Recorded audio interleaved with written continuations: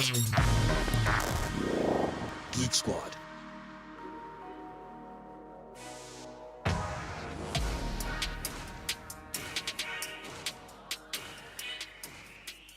Minutes after 7. My name is Kobby Spiky Nkrumah. It's Tuesday, and so you know what that means.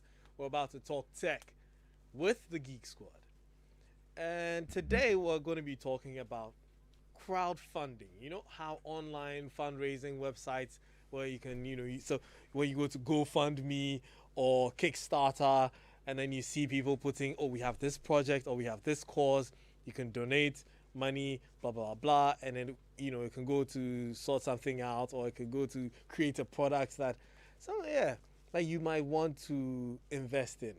But before that, something happened today, or something is still happening because it's still trending on the internet, on the interwebs. And I think we should talk about it a little bit before we get into it. For the Apple fanatics, the fanboys, the Apple lovers, today is the day that you get to see a new iPhone. Yes.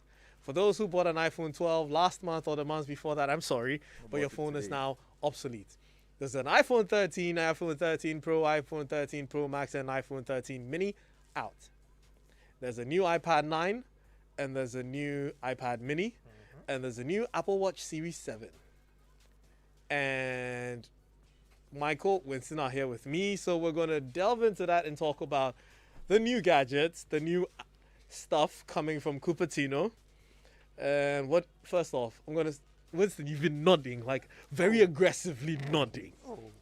Nothing. You have something to say about the new iPhones. Oh, well, I'll talk about what I like. What do you like? Always the Apple Watch. The Apple Watch Right. has always been the most impressive piece of technology. I mean, it is the best wearable smartwatch. Although, after seeing what they brought on board this year and what Samsung has brought this year, The Samsung Galaxy Watch 4.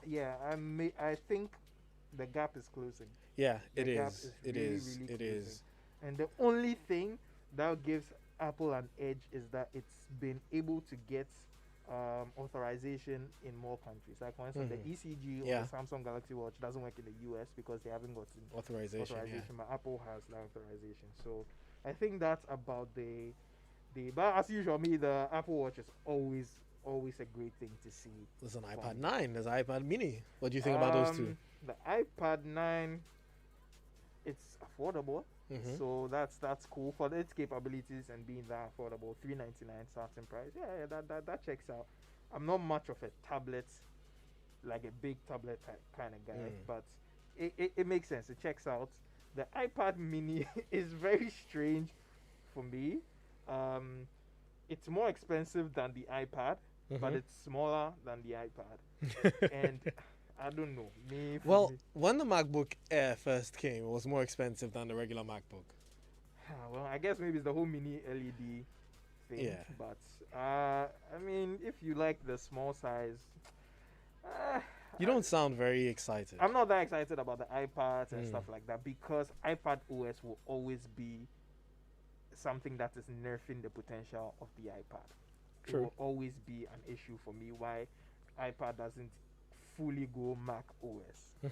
But that will kill a value stream, so that's a whole different conversation. Michael, Yes, like you're a resident iPhone user, albeit jailbroken iPhone. But that goes without saying you're a geek. It wouldn't make sense if you were using an Not iPhone. anymore, huh? yeah, not anymore. No, I haven't got a new jailbreak to apply yet, and it just breaks my fragile little heart.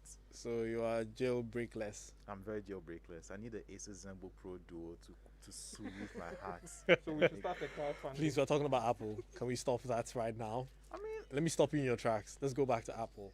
Apple launched a plethora of devices today. Which one, besides the Apple Watch, like Winston said, tickled your fancy? oh, the iPhone 12 Pro. Wait, what? Yeah, that's because now that we have the new iPhone 13, the price for that has dropped. So it's gonna be easier for me to get. That's it. But besides that, I mean, yay, 1 terabyte has finally come to Apple products. How many years after it has always been on the competition? yeah, speaking of the competition, the way Apple referred to competition when they were talking about their A15 Bionic, and like much powerful than the competitions, the top tier. You know, like it was so funny how they put it. The A15 Bionic. I mean, the Bionic chips are fantastic. Nobody's going to take it away they're from always better, stronger, faster than However- the previous generation. them. However- Is it the greatest thing in the world? No. For me, the issue will always be that it is a tailored piece of technology. It is directly tailored for that specific software. So its efficacy It's is guaranteed. it's guaranteed. So it's great. But if Apple would give us leeway to be able to try it On on other, other things, then we'll see.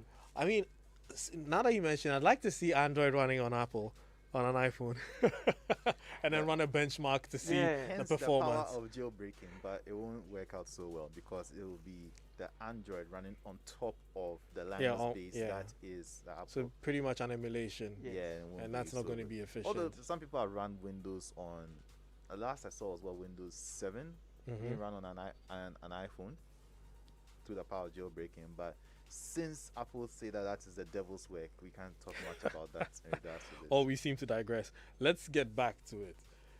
You mentioned Apple Watch, Michael. You still haven't said what excites you about the I launch. did. Said iPhone What, 12. 1 terabyte? iPhone Yeah, 12. iPhone 12. No, come on. There's a new device. There's a smaller notch. There's 1 terabyte. There's bigger batteries. The new colors. So? There is what's that thing? ProMotion. So 120 So? hertz screen. so They've changed the positioning of the cameras. Oh my God. goodness. Like it's rotated slightly. So you that- can differentiate yourself from the iPhone 12 peasants like you, Michael. Yeah. So I don't. If I have an iPhone 13, all I have to do is just sit it upright, and everybody sees the arrangement of the camera array, and they're like, "Oh wow, that's an iPhone 13." And you, my friend, is still using an iPhone 12. I mean, look, if you're going to die, you may as well have the proper mustache that you can twirl like the villain you are. Lean into the role, but no, you won't, because I asked, how much space do you have on your iPhone? It's like, yeah, like, well, I'm using a 128 gig. Haha, 512, and it is still empty. What can you tell me? Nothing. I mean, for me, Apple, I've never seen a company that has throttled technology so much and for so long to the happiness of the general public. It's quite outstanding You You- see, and have- baffling. You have. we will tell you, Apple users will tell you that mona mo de buy na a hit. You know, you might have done it first, but Apple refines it. Apple makes it better. You know, this is a tiny segue that is germane to the topic at hand. Apple 14 leaks have already come out, even the device. Yeah. And can you believe it is a punch hole camera?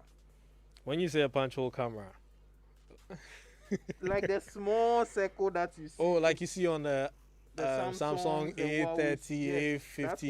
Huawei, That is what they are going even to. Infinix. Yes, that's what they are going to. But I That is- thought Xiaomi had under display cameras now.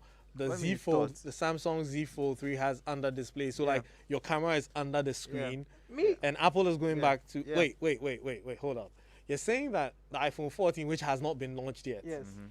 we're supposed to be talking about iPhone 13, but you're telling me about a phone that's going to be launched in 2022 because it's leaked, Yeah. and the design is from 2019. Yes. I think in 2018. Wow. So Okay, And they will but make still, it sound but- as though they invented it. But yeah, we invented it. I mean, mean, we're Apple. I'll even give them what? this. Even though Samsung and LG supply you. They should stick to making refrigerators and TVs No, I'll give and them washing this. machines. If they are able to put Face ID in that tiny notch, oh, fantastic. Well, yeah, and they will be able to do it. This is Apple we're talking about. But I mean, at the end of the day, their marketing is something. If you are going into marketing, Charlie, go and look up Cupertino and what they do. The way they bring a new device that looks like the year before and the year before, and they bring one unique color to differentiate, and then everybody's like, Actually, yo. Winston, that's very bad advice. It is fantastic It's- advice it's the- because it's you the- are reducing costs. No, it's the worst advice, because if you go in there thinking, oh, I've studied marketing, these people are obviously very good at marketing, you're going to go in there with certain expectations. You go and do any pitch to any boss or client, your budget, which is going to look like this, is going to end up looking like this. there's nothing going to be left. I think it is a fantastic idea because No, I do on not. a marketing perspective, what Apple has done is that they've been able to air quotes weaponize their product to such a degree that there is unfortunately a cult following for these things.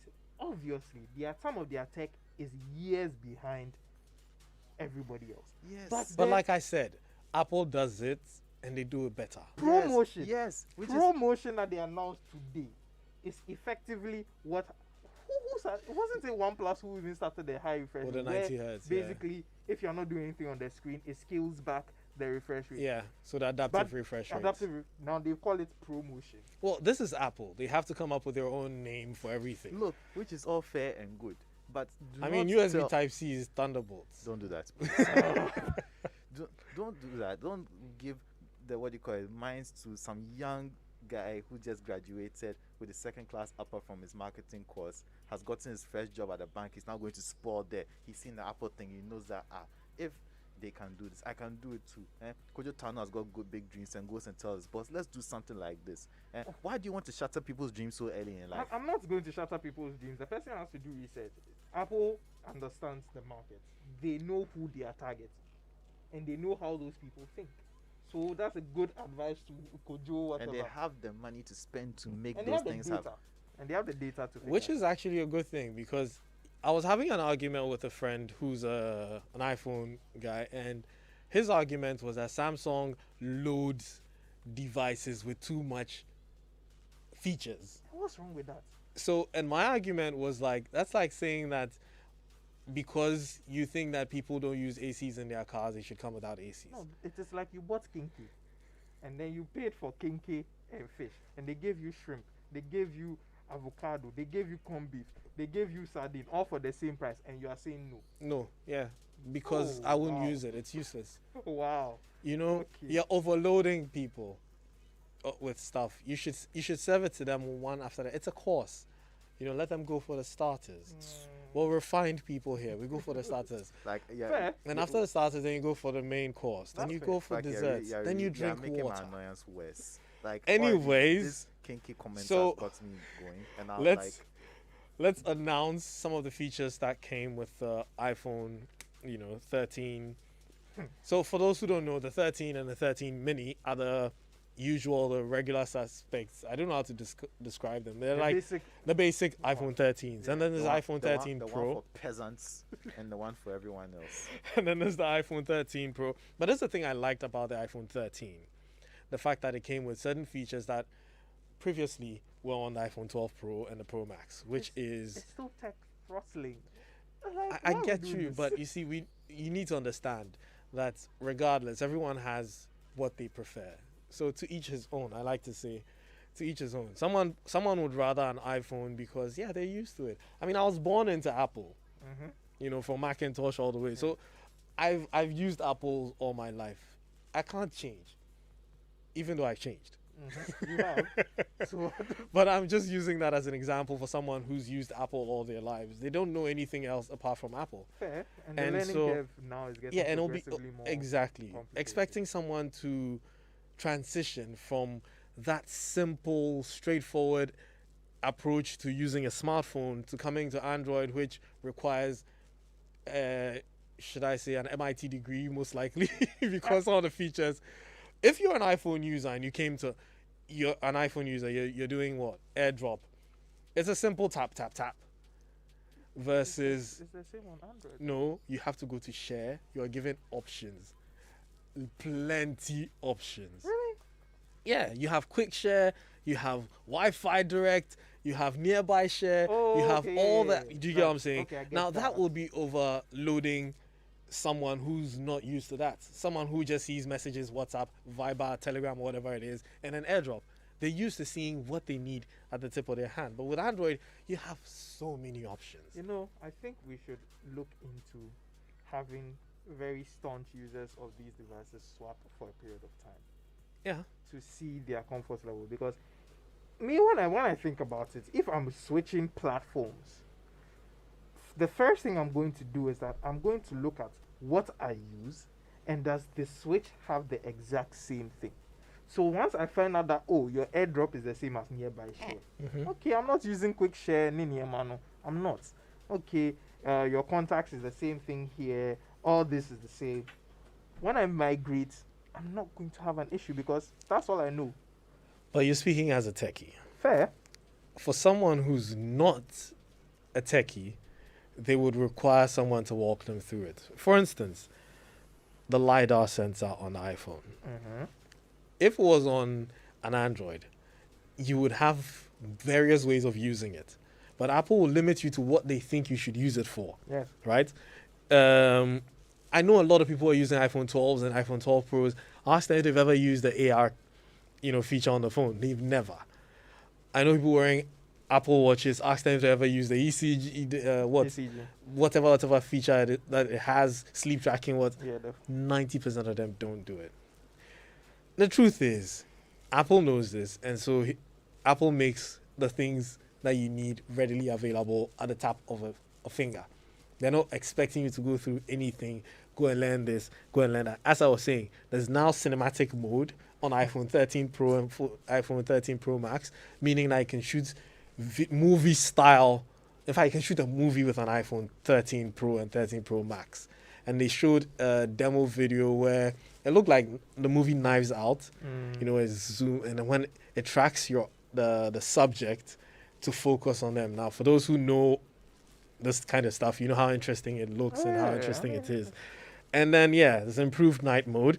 On the 13, the basic 13 and 13 Pro Max, you have ProRes video now on the basic 13 as well, and all the way to the Max. And better cameras now. And it's still water resistant. You've got a better Apple A15 Bionic. We've already mentioned ProMotion. You've got ceramic shield. The screens don't crack. It's tough. Yeah. And then MagSafe. So we've got the magnets on the back that can allow it to charge stuff, snap on a wallet on the back of the phone. And Apple claims that now the phones will last all day. And I can do macro photography. So that's it for the iPhone 13, 13 Pro, 13 Pro Max. Those are the new features. Yes. That's it. Oh, great for Apple as usual. They're coming in too clutch. The event was fantastic. Some of the best transitions I have seen. Typical in a long time. Apple. Like the transition for the Apple Watch, man, it was something else. But yeah, good on them. All Apple users, I hope you're happy. And let's start saving to buy the new one. Or you can do a Kickstarter. Yes, nice. So that's a segue. perfect segue. You're listening to Geek Squad, which is brought to you by MTN. Choose your own bundle your own way with MTN Flexi Bundle. Just dial *138# and enjoy bundles that don't expire. And if you've done that, I'd like you to send us a WhatsApp on your favorite. First off, are you getting the 13, iPhone 13, 13 Pro, 13 Max? Send us a WhatsApp 055 111 997 055 11 11 997 055 1111 997 055 11 11 997. I said it so many ways. You can't tell me you didn't hear it. Now, we're moving to the conversation proper. As Michael rightly segued us into crowdfunding, kickstarting. So, you've probably been driving around town and then you see a man with a microphone and a flyer asking for funds to assist the kid sitting under an umbrella, most likely on the lap of the mother, suffering from a certain condition. Sometimes the kid drank some bicarbonate soda or caustic soda or whatever it is, and then his throat is all gone, and so he has to be injecting food through a tube into his stomach, and they're asking for funds to go and assist this mother who doesn't have the means to have the surgery done, and they're asking you for help. That is a form of crowdfunding. But there's an online method to this, and today we're going to be discussing that. Michael, have you ever crowdfunded, offline or online? Oh, I'm sure every single person in Ghana who's had an education in Ghana has crowdfunded offline, because you've all had to go for a sponsored work for your school at one point in time. and you've Sponsored. and Wow. you've all gone round to your neighbors, to your friends, and then with that Paper sheet line. and, yeah. Boy, that's some nostalgia I'm right not there, gonna man. lie. Today's not Thursday, but that's throwback Tuesday. I'm not gonna lie. When you asked the question, my first answer was no, I'm not. But after you Now brought you're just this like, up, everyone has already done it. And I I think- just simply taking that thing on. And I'm still doing it as a Rotarian. I'm still crowdfunding. But yeah, that's very, very accurate. That's very apt. And Winston, so now I guess so yeah, I guess we are all in the same bandwagon now. now online. Have Online you ever loan. solicited for funds online? Online. I mean, does send a WhatsApp to my parents to beg for money count? That's not crowdfunding because your parents are not a crowd, I guess. I mean, okay, yeah, that's true. If I send to the bigger family group chat, then it is crowdfunding because then my aunties and uncle get involved. Isn't that So, yeah. family funding? So basically, crowdfunding is a way to raise funds online, person to person. So it doesn't necessarily have to be 10, 100, 1,000 people. 2 people could raise funds for you and it's still crowdfunding. And you have online platforms like GoFundMe, Kickstarter, and Indiegogo that let people create crowdfunding campaigns. Now, the thing is, in Ghana, do we have a crowdfunding site? Mobile money. Well, yeah, people do. I Give think- me an instance of this. So in Ghana, typically our crowdfunding efforts are social media based.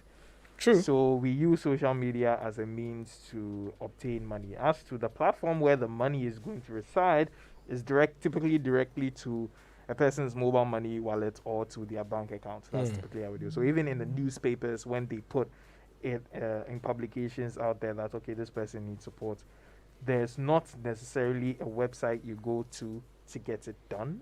But what happens is they're like, okay, this is the person's mobile money number. This is the name on the account. So this is what you do. This is what you need to do. And that's pretty much how we go about it in Ghana. However, in recent times, we've seen the explosion of some online usage of like foreign online platforms for crowdfunding in Ghana. Where Like GoFundMe. yeah, and the likes. GoFundMe, where we've seen certain persons. I don't really want to go into the details because it's sad stories for certain people. So, but we've seen certain people solicit funds using GoFundMe on social media. So, yeah, we do it, but I don't think I know of any specific, totally and fully Ghanaian online platform that does crowdfunding. Michael. I mean, I know even less than him, so definitely not. But because, like, even before delving into social media, most of the time what would happen is you go to a newspaper, or the more likely you go to a radio station, tell a sub story. Even although back then we didn't have as much mobile money then, so you have someone go with you while working bank accounts, and it's like direct all donations to this location. And now in between radio and what happens now on social media, all those are pushing now funds into various not GoFundMe's, mobile money wallets too. Yeah. And mostly for medical aid. Whereas like please contribute and help someone get a better lot out of the life that's been dealt to them. So there's actually a couple of sites that are native to Ghana because we mentioned GoFundMe. And I remember at a point in time a friend and I tried to create a GoFundMe to raise money to do something in Ghana. And we couldn't accept the money here. So that friend who was based in the US had to create the account there and then collect the funds. But as you know, prior to this, we found out that there's crowdfunding platforms for Africa. There's one, crowdfrica.org, which lets you set up campaigns like you would on Indiegogo and GoFundMe. And you also have gogetfunding.com, which actually even says here, online fundraising pages for Ghana. We help people from all over Ghana crowdfund the things that matter to them most, from personal fundraisers to acts of kindness, generosity, and more. You can create a campaign. And I can see one over here, 1 billion Africa Giving Tuesday campaign. This hashtag Giving Tuesday, our team at 1BA kicks off the season of giving with a day-long fundraising campaign. So there's so many. Preventing malnutrition in under 5 seconds in Cape Coast, ABCF fundraiser, sponsored walk of the northern line of Ghana. Right. So, it's actually gaining ground. And prior to today's conversation, last week Tuesday, we did speak to Paul Ninson, who's trying to raise funds to set up his photo library in Ghana, which is going to become Africa's largest. So that's also a crowdfunding attempt. Now, there are other crowdfunding projects, the Kickstarters, my favorites. Most of the time, I just go there to go scroll. True. Because in Ghana, most of the time, what we see as crowdfunding is people trying to help medical situation, like trying to donate money, raise money to help someone with a medical condition. But there are Kickstarters, like startups who are trying to set up a project or a product, and they need money, they need funding. So like Michael and Winston, do you guys have a project that you would like me to fund? Pitch to me. Oh. So, here I am, a poor, hungry media creator.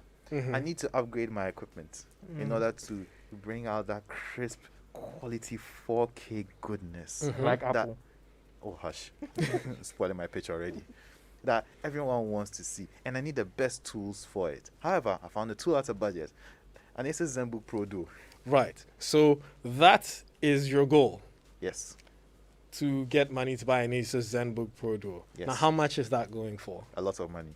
Which is specifically because we're setting it up right now. Cool. 2,500 USD. So for 2,000, that's your goal. Your goal is, so if you're setting up a crowdfund campaign, that's what you need to start with. Your goal. You need $2,500 to buy tools, specifically an Asus ZenBook Pro Duo, to aid you in creating your... Precisely. I'm basically a digital carpenter. Right. Without a digital plane, a digital saw, digital hammer. Yes. And you need that. Yes. And so you're creating a crowdfunding campaign. Good. So for those listening, that's the first step. Identifying what you need. And Very then important. And then putting a price to it. Before that, you actually need to choose which platform they're going to use. Because even before that, I think we should explain why crowdfunding.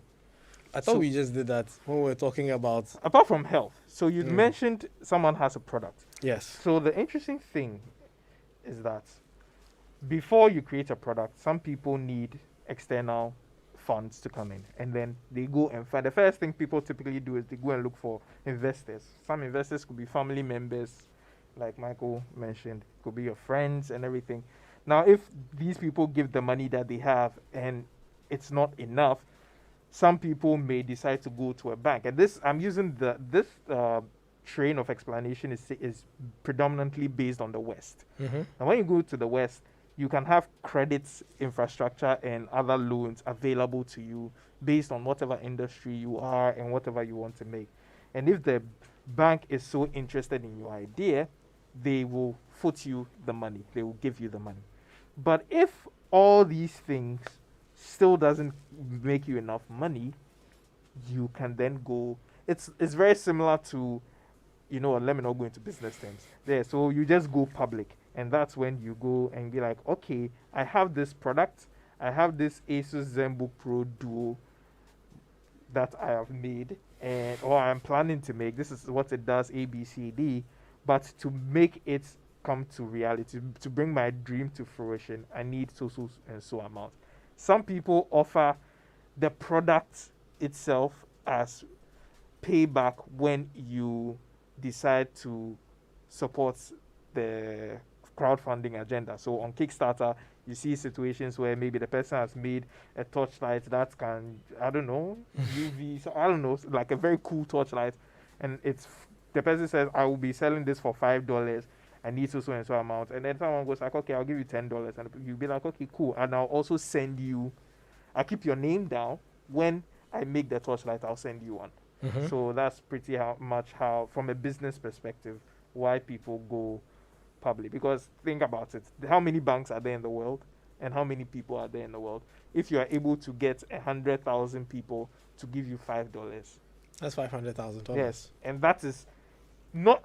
This is going to come off some way, but this is minimal sweat off their back for some persons. Yeah. But to go and ask a single bank for $500,000, that's a totally different conversation. That's if they altogether. give you.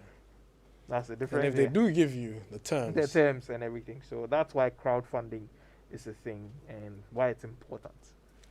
So, Michael, back to your campaign. Feed me. So Michael is trying to get his Acer ZenBook Pro Duo. So you've created a campaign on the website, and you're asking for $2,500. Now that's your goal, and so what else do you need to do? So I've set up my goal. Now I now need to start sending it out there. I need people to put money in, because there's no point in just setting it up and hoping that you stumble into it. So I've given my sub story pitch, being everyone has their ways of doing it, and I now start putting it out on social media and giving it to friends and stuff in the hopes that someone sees it, clicks a link, or in what most of our cases here, sees the mobile money number and sends an amount to it. You feel your heart reaches out to me and says, yes, this guy deserves to have this laptop. Look at that handsome face behind the mask. He must have it. No, he Behind can't the get mask. a proper haircut because he does it himself. So yes, maybe if he gets a laptop, he'll be able to afford a barber. Let me send that. Yeah, and then your someone sends you 10 Ghana CDs. And that 10 Ghana cedis will be lovingly accepted and kept, and then waited upon for more 10 Ghana cedis to follow in. And that's the thing, like, it literally is the manifestation of many hands make light work, and other variations of Little the drops idiom, of water. make a mighty ocean. Like, yeah, you don't need to take a massive amount and throw it in there like, okay, he's hit it. Everybody just needs to do a little bit, but all of those little bits count for a lot, which is why, for example, the guest that was on last week has he doubled his goal now? Because I think it was $1 million the year before. He's now It's doubled. gone way past Yeah. 2, and that's the thing. Like, and it's not someone said I have $1 million and then another said I have another. No, literally millions of people, or could have been hundreds of times, but more likely millions of people gave $1, $2, $3, $5. Like, you just give what you can, and that's it. But as long as everybody else adds to it, it always works out. Yeah. So communal susu. Actually, Pretty it actually is what you call Yeah. digital susu. Now, here's the thing. Depending on the platform that you're accepting your donations through, they actually take a fee. So I think that's what should also inform which one that you choose. And how much your goal is. Yeah, because if they're taking like 5%, and then your goal, you mentioned $2,500, that's going to dip your $2,500. So Yeah. it means you need to take into consideration that 5% and then add it. But then that could also make people think that, but a laptop is $2,500. Why is he saying he wants $2,725? Well, actually, it depends. That comes down to the terms and conditions, because some of them will definitely not say yes. You can say for sure that you're paying a fee inside your Kickstarter decision. So, in this case, when you're signing up to this, it is important to read the terms and conditions to know what you can and cannot say for your campaign. And it's actually, some even limit the sorts of things you can pitch for your campaign, because I sound like GoFundMe. They don't care. You are allowed to pitch almost anything on there. But then the other sides that will not allow you to pitch for a medical treatment per se, or to purchase certain types of equipment or services. So there are limitations, and considering it is money that is being spent, it will apply to you. And then there's also international, but that's the thing. That's part of why it hasn't come to Ghana, because what is to say as far as the Bank That's of why Ghana, the international ones haven't come. yeah, because they have what's to say local between ones. Bank of Ghana, they haven't reached out. They're not going to reach out to us. Frankly, we're not that big yet. But unless Bank of Ghana reaches out to them, it's like, look, transactions of this nature from Ghana are safe. It's not a money laundering risk or anything, which is a big thing down here. They're not going to. That is part of why you cannot withdraw from the major online services here, because when it comes to like, if you thought you were tight with money, you are nothing compared to how tight a national bank is to making sure that they're not being taken advantage of. So it's little things like that. The less scandalous reason why these platforms won't come to Ghana is who is going to claim those taxes? They are not going to give you all their money in Ghana here and then you don't pay any tax. Come on, what are you talking about? Someone needs to pay the tax. I mean, GoFundMe as an organization, I don't know what exactly they are signed on as. I don't know if they are signed on as a non-profit because that affects the taxes you pay. But every amount of money they issue out and everything goes through them.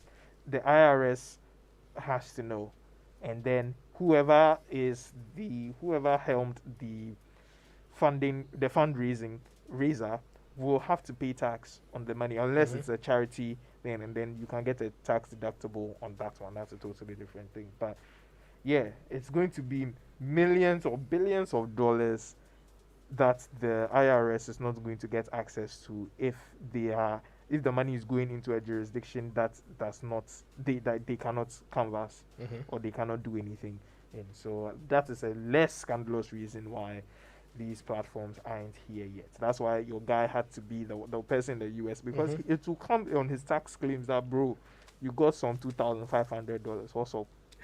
I know, right? Well, and there's also the risk of scammers. Yeah, as with everything. Someone can claim that, oh, I'm building a library for the kids in somewhere, and set up a crowdfunding, manage to convince people to donate all that money, and guess what? He'll go and build his 2-bedroom house, which is not a library, and I'm not going to lie. I like the fact that these crowdfunding platforms, they don't take accountability for that. They tell you that you have to do your due diligence. You know that, okay, if you know this person personally and the person has done some work that you are privy to, then my arm is go ahead. But at the end of the day, it's true. Our job is not to track scammers. Our job is to connect the community to an individual or a group of individuals who have a goal. We are not telepaths to know what their true goal is. What they are telling us is that they want to bring boreholes to some remote area in Ghana. Yeah. Cool. Great idea. You paid. And then, like you said, they're going to use to buy AMG C63.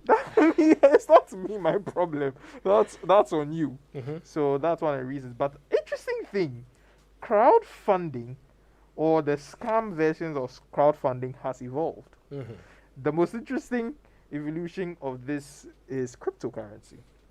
So a group of YouTubers, I've forgotten their names, right? This is a story I heard earlier in the year. What they did is that they are very popular YouTubers. They have a huge following a huge subscriber following and a huge community following, ranking in the millions of people. Like, I think over 10 million people. Logan Paul and his squad, is it? Oh, no, it's not Logan. No, I think Logan Paul was part. I think because, so. I mean, anything that has to be so nefarious has to have a Logan Paul in one of the Paul brothers had a part in. I don't remember the full details, but basically, what they did is that this group of people said that they created a cryptocurrency. Right. And crypto's valuation is largely dependent on the demand for it.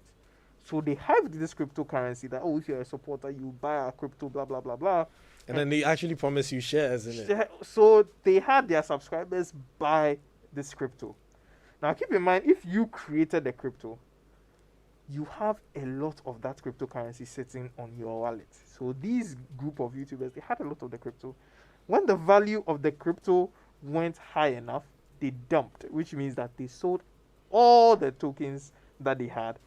And the market crashed because they had majority of this thing, and then the cryptocurrency became worthless. That was a scam. Absolute scam. But nobody can do anything about it. So because that's you didn't do your due diligence. Yeah. So it's a type of crowdfunding scam. Very interesting. But now that you mentioned crypto and crowdfunding, it does, beg the question. Hasn't all these cryptos that are coming up that are always asking for people, I'm trying to remember one that came up, and they were asking people to sign up, and they give you free coins, and then when the value goes up, basically it goes up with you, and for every referral you make, you're getting an extra coin. Isn't that all crowdfunding? It's not just an MLM scheme.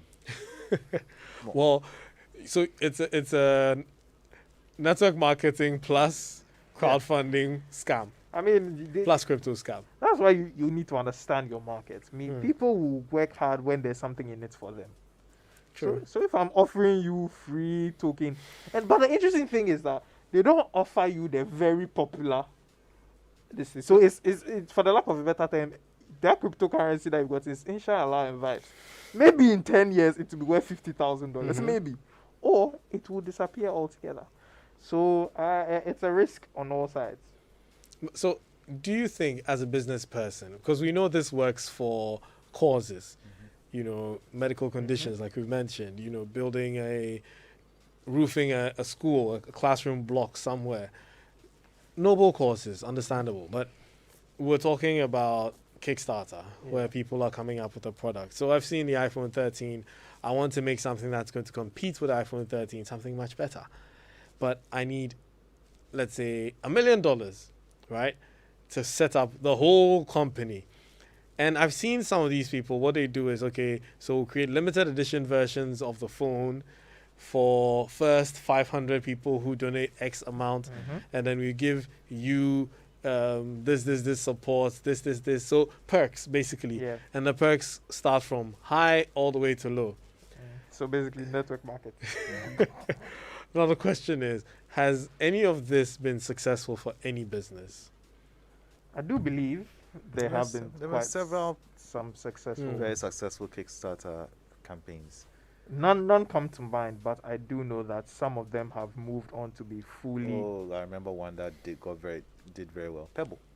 Oh yes, Pebble. yes. I mean, you were a Pebble fan. I mean, they're not doing so well now. They But don't exist now.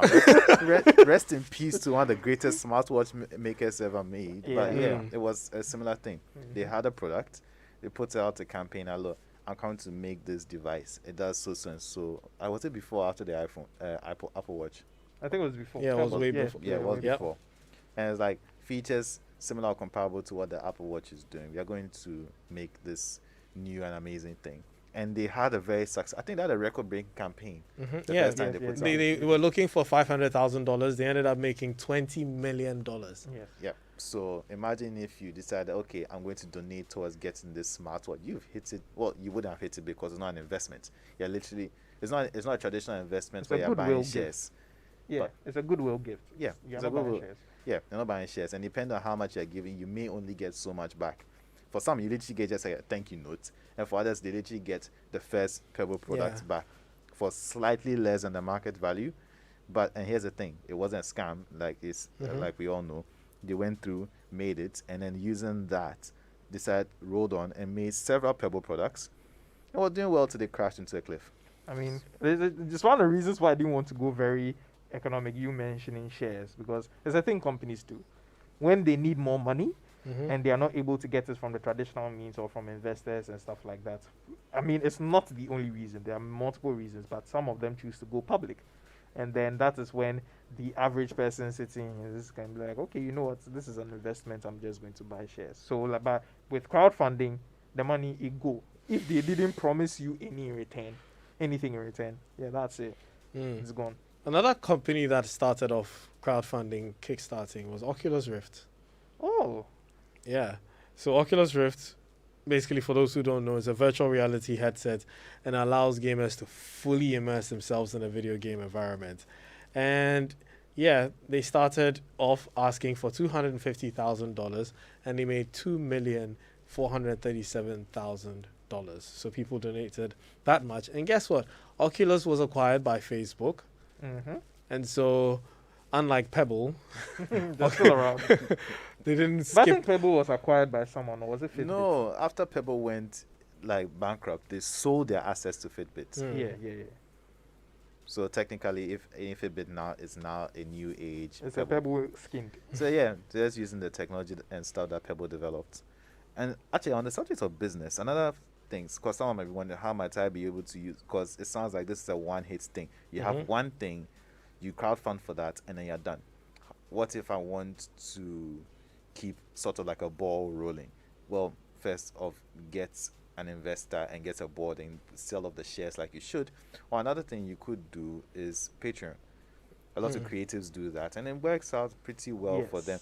if you are popular enough, because it's basically now a rolling crowdfund every month, rather than saying, okay, I'm giving you this amount one time. You're now pledging for every month I'm going to give you X amounts, and then there's always various tiers to it. You can assign, okay, if you give me this amount, I can give you this back, or you will get this in return. But the main draw is that by giving me this amount every month, and as much as in the same way in a crowdfund, the more of you that sign on, the more money I get, and I'm quote unquote able to stay in business, because now you're paying the person's operation costs, which for creators, which you spoke about several weeks ago, is very important, because creating stuff, especially in the current climate, is very hard and very cheap. No, it's very, very difficult. And unfortunately, a lot of creatives, I feel your pain, because we all know this thing. Our work isn't appreciated till it comes out most of the time. I'm glad you added that. I mean, that's what I say. We all know it, because you know the stress of trying to pitch, of trying to do a job. Because when you do your work well, everyone says, "Ooh, wow," and stuff. But the moment you give a price to how much it costs you, in both in materials and in training and time, to make that work, suddenly you're overcharging. And it's like, how can I keep it going? And that's even the case where you're hired to do something. Where's some for you if you are this is like literally a passion project they are trying to run? You know what? Let's not trigger me. Let's just skip over that. Oh, we've got a WhatsApp message here. Let me read that. That's from Mac. He says, "Hi geeks. I find it puzzling why Apple is even doing the 13. Generally, it's an unlucky number. Yeah, Friday the 13th, especially in the West. And I'm sure they don't believe in such superstitious nonsense like I do. Call me crazy, but I would skip the 13th floor any day." I mean, this was a thing when Windows skipped the 9, iPhone skipped the 9. OnePlus skipped the 4. I mean, we're talking about the 9. Oh, okay. And that became a thing because I remember on social media, people were going like, what has the number 9 done to the tech companies? Because it was crazy. Well, we're in the Momo month. Yes, it's not the 13th month, so don't worry. No bad luck. And now's the time to activate your MTN Momo account. You just have to dial *170# for MTN Momo, select your 4-digit PIN and PIN number, and follow the prompts. The best part is all new Momo subscribers from now till the end of September stand a chance to win a cool 50 CDs when they make more than 3 transactions on MTN Momo. Within the first week of registration, the more you send and receive cash this MTN Momo month, the higher your chances of winning. Another thing, your first transaction of up to 100 CDs every day is also free of charge at no service fee. Activate now and just Momo it everywhere you go. When they said another thing, today is Apple launch, and Apple is notorious for another thing. Yes. One more thing, actually. Yeah, that's what it is. One more thing. So, guys, I guess, we know how to set up crowdfunding campaigns now, GoFundMe's, Kickstarters for businesses, for causes, and even Patreon. It's I'm glad Michael mentioned Patreon. Patreon is very important for the creatives out there. If you are looking to get some money, but to a certain degree, you have to offer something to get something. Unlike GoFundMe. When you say offer something to get something, in the sense that with Patreon, it's kind of like you're offering a subscription, and then you are creating whatever content it is, because they are paying for your production costs. They are covering that production cost, so you have to give them value back. Unless you are of a certain level. There are certain people we watch on YouTube. They outrightly said that you can get on our Patreon, but you don't get anything. So on people's Patreon, sometimes you get behind the scenes of how the person made this and all that stuff. But so if you're a creative out here in Ghana, you doing YouTube and stuff like that, you should definitely check out Patreon. Yeah, check out Patreon. I mean, now, OnlyFans I was actually just about to ask about OnlyFans. Yeah, it does count. It's a creative space. But you have to be 18 and above. Yeah, because we don't want to go into that for detail for very obvious reasons. But yes, if you're thinking Patreon, it sounds like OnlyFans. Yes, it does. It works the same way. Carry on. Be 18 plus. And with that, we've come to the end of another episode of Geek Squad. We've been talking about the new Apple launch devices, the new devices Apple launched today. The iPhone 13, 13 mini, 13 Pro, 13 Pro Max, the iPad 9, iPad mini, and the Apple Watch 7. And then we've been talking about crowdfunding, Kickstarters, GoFundMe. So next time you're thinking about looking for support for a cause, just go try crowdfunding. Let's see. Send us a telegram on t.me/JoyGeekSquad if you do. And you can always tweet at us with the hashtag JoyGeekSquad. My name is Kobby Spiky Nkrumah. It's the end of the show. Big shout outs to my producer, Prince Safo. Thank you, Dennis, for holding us down. And Selwyn, thank you too. I bet we'll get well soon. Yeah, I bet we'll get well soon. And thank you for listening. Catch you on the next one. Peace.